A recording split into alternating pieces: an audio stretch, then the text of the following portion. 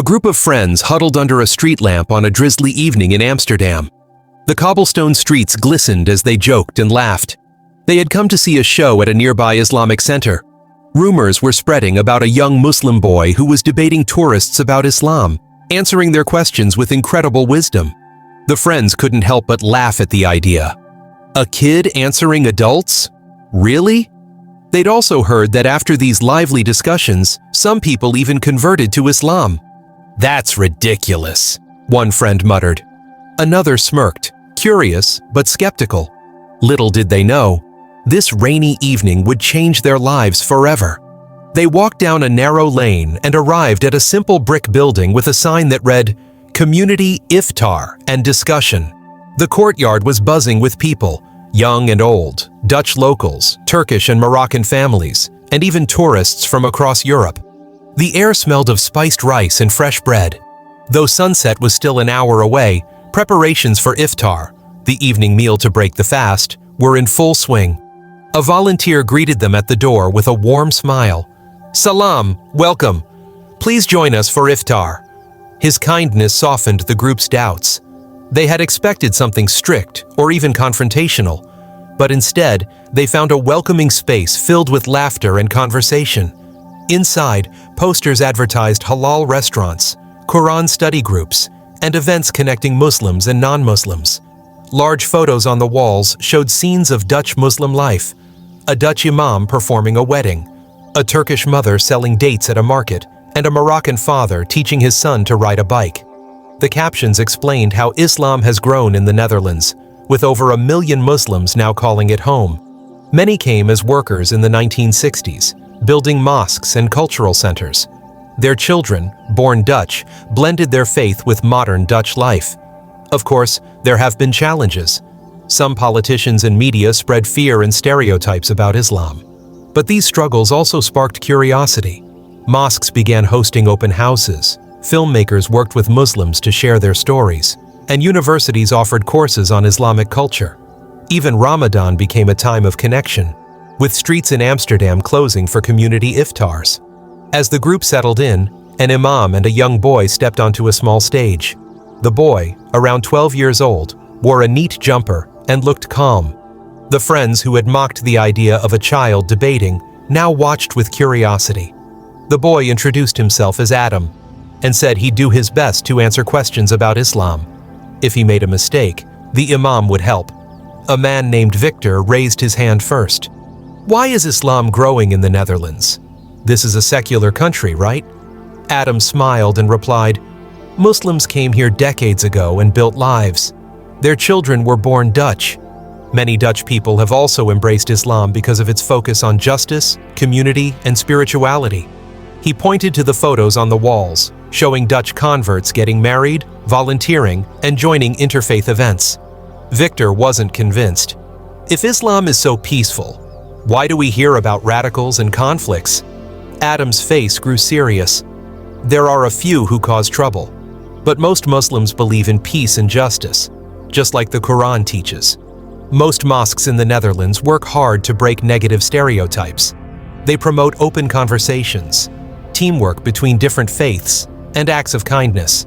Many second and third generation Muslims speak Dutch fluently and are active in their communities, showing that Islam is not foreign but a natural part of Dutch life today, the imam explained. As the sun set, volunteers prepared for Maghrib, the evening prayer. They laid out trays of bread, soup, and dates. Everyone was welcome to join, even if they weren't fasting. When the call to prayer echoed, Muslims broke their fast with dates and water, quietly thanking God. Adam noticed Sasha, one of the guests, leaning forward, curious. "I'm fascinated," she said. "Why do people born here still turn to Islam? Don't they already have other religions or secularism?" Adam smiled. He explained that people often find Islam through personal journeys. Some are drawn to its teachings of mercy and responsibility. Others experience what they feel are miracles, or they marry into Muslim families. He shared the story of a Dutch teacher who felt a spiritual pull after seeing a surprising surge in donations at a mosque fundraiser. She later converted. "Faith can touch anyone, no matter their background," Adam said. As night fell, The city lights of Amsterdam sparkled in the distance. The iftar meal felt warm and welcoming. Plates of rice, pots of soup, and fresh bread were shared generously. Non-Muslim guests were surprised by how quickly they felt included. Sasha admitted she expected a serious evening, but found it joyful instead. After eating, some went to pray Maghrib together. The beautiful sound of Quran recitation filled the air, creating a peaceful atmosphere. Another guest, Jana, mentioned how strong the sense of community felt. Adam explained that Ramadan is about reflection, kindness, and bringing people closer, Muslim or not. Later, Victor asked about the stories of miracles he'd heard, like a historic church saved by a mysterious donor and turned into a mosque. Was that divine intervention? He wondered. Adam gently replied that many believe God works in unexpected ways. These stories, he said, often inspire people to explore Islam's deeper messages of hope and trust in a greater plan. The conversation turned to Islam's future in the Netherlands. Imam Yusuf shared how Muslims are now leaders in education, business, and politics. Their efforts have led to better media representation, prayer spaces in schools, and halal food options. While discrimination still exists, acceptance is growing. People are talking more respectfully. Adam added that Dutch society values open dialogue, which helps people learn about things they don't understand. As the evening ended, families prepared for Tarawih, the night prayers. Martin, a Dutch convert, shared his story with the group. He found Islam after a near-death experience, drawn to the idea of worshiping one God without intermediaries. His calm and happy demeanor softened the guests' doubts. Finally, an older man stood up, visibly moved. "I used to mock all this," he said, his voice shaking. "But tonight, I've seen your kindness. This boy I listened to never got defensive or angry. Something inside me shifted. I'm not sure if it's a miracle or just my heart opening up." The room felt still, like it was holding its breath. I thought, is it too soon to say I want to learn more? Maybe even become Muslim? Adam's eyes widened with kindness. Imam Yusuf stepped forward gently and explained the Shahada, the declaration that there is no God but Allah and Muhammad is his messenger. "If your heart feels ready," he said softly, "you can take this step. We'll help you learn to pray, study the Quran, and answer your questions." Then, something amazing happened. People who had come to mock started looking at each other, their faces unsure but determined. One by one, they stepped forward. Adam led them in, reciting the Shahada in a calm, steady voice. "Ashhadu anna Muhammadan Rasul Allah, wa ashhadu Allah ilaha illa Allah." When they finished, the room was filled with relief and wonder. Tears streamed down their faces. The local Muslims welcomed them with hugs, kind words, and congratulations. Volunteers handed out tissues and glasses of water. These visitors, who had come to laugh, now felt a deep sense of peace.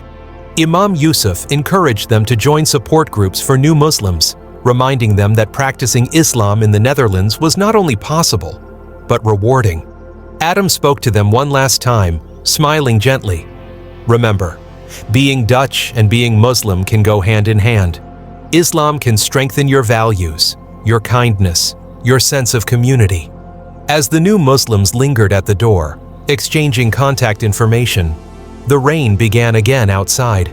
The group that had arrived with skepticism stood quietly in the dark for a moment, feeling a newfound clarity. One woman whispered, "I came to laugh, but I'm leaving with faith." Adam stayed behind to help clean up. As he watched through the window, he thought about how quickly hearts can change.